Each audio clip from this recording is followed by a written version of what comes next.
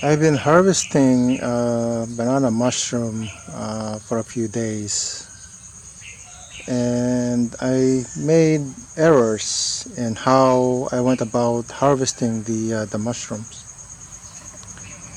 What I tend to do initially was to simply pluck them off the bed, and when I do that, I brought along with it the bulb, and the bulb also has attached to it buds, and when the bed is disturbed, it takes several days for newer mushrooms to emerge. So I thought, I don't want to disturb the bed when they're coming out. So these mushrooms, they're emerging, and disturbing them is really not an option. So the best thing to do then is use a scissor. Just when the mushroom is large enough, just cut them off here and leave the base alone, so the new buds are not disturbed. So uh, that's the thing that I recently learned. The mushroom beds, they like to be well hydrated, waterlogged. So if the bed is dry, you gotta wet them. And also they like a little bit of dirt.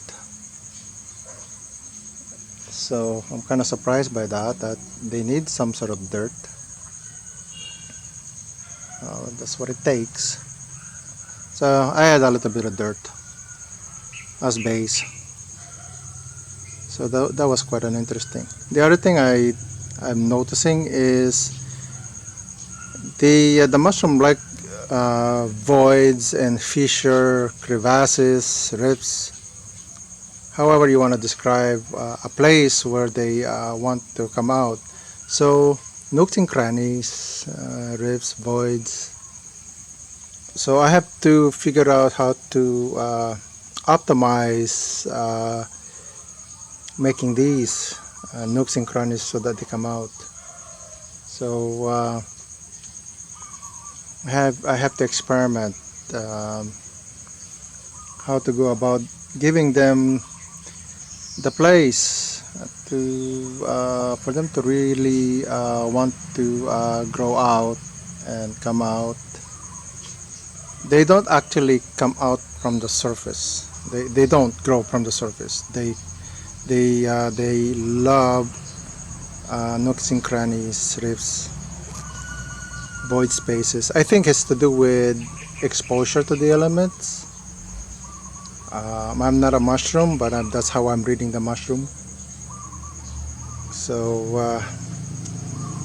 yeah, if you want to do this, they like this underhang or overhang. Sorry, overhang, and so from here they like to come out and emerge from there.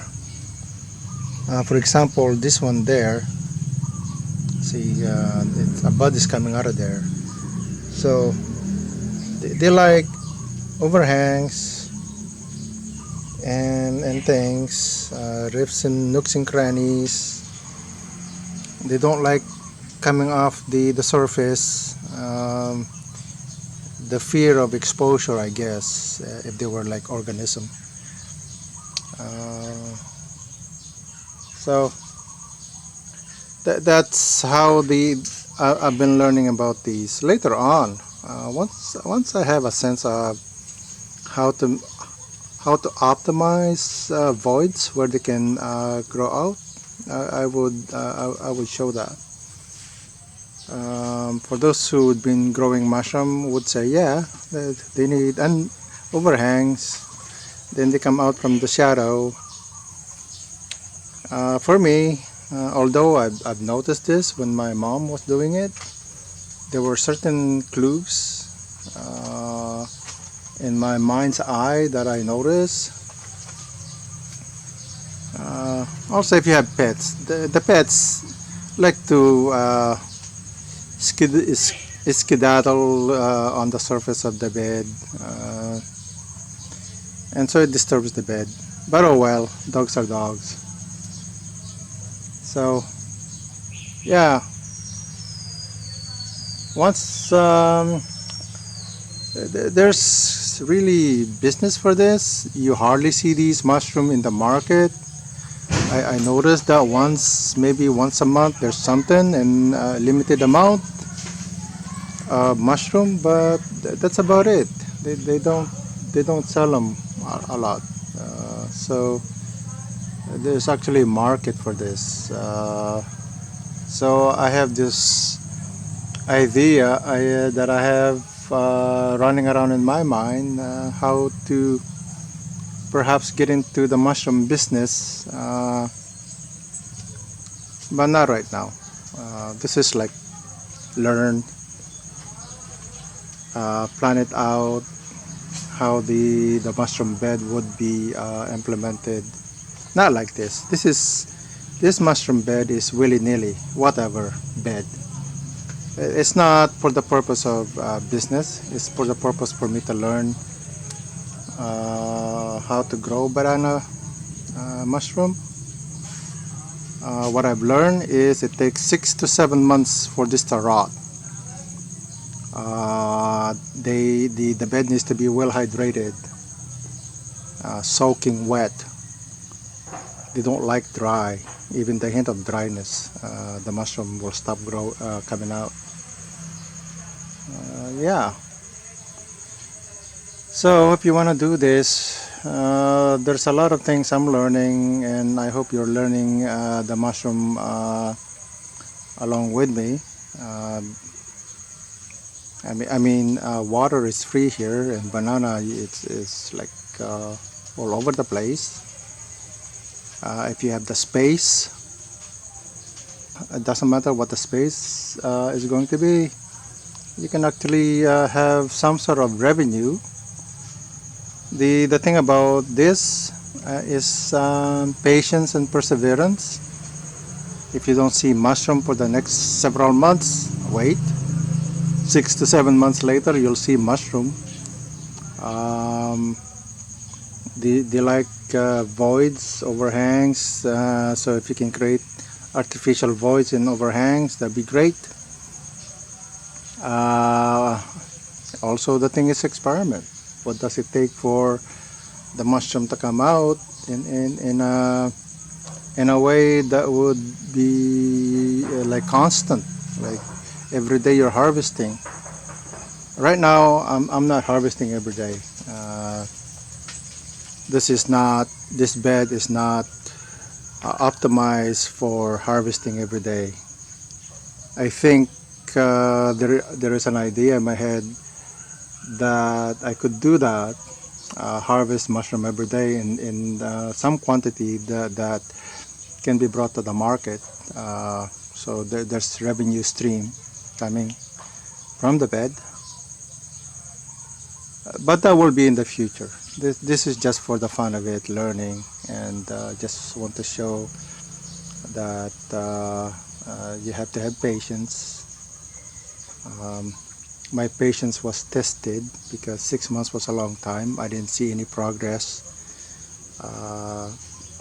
for that long, and then so I really look at the bed because I didn't want to be disappointed and say, what, no mushroom? So here I'm seeing mushroom. There's a lot of buds coming out. It takes a while for the buds to come out. Like for example, this bud it started a couple of days ago. It's now the 3rd day or 4th day. I don't visit the bed often, so it's probably the 4th day. So maybe tomorrow it would become an umbrella like this. So again, it's patience. You gotta have patience, and you have to have. There has to be a way to increase the buds. I don't want it to be one of those artificially injected, or, I mean, spread. They're smaller than these. They're really about the size of a toonie or a loony. Uh, this is, some mushrooms are about the size of my palm, not including the fingers. So this is quite big. This is probably how many in diameter? 5.5 inches in diameter. So yeah, growing mushroom in the Philippines. It's fun.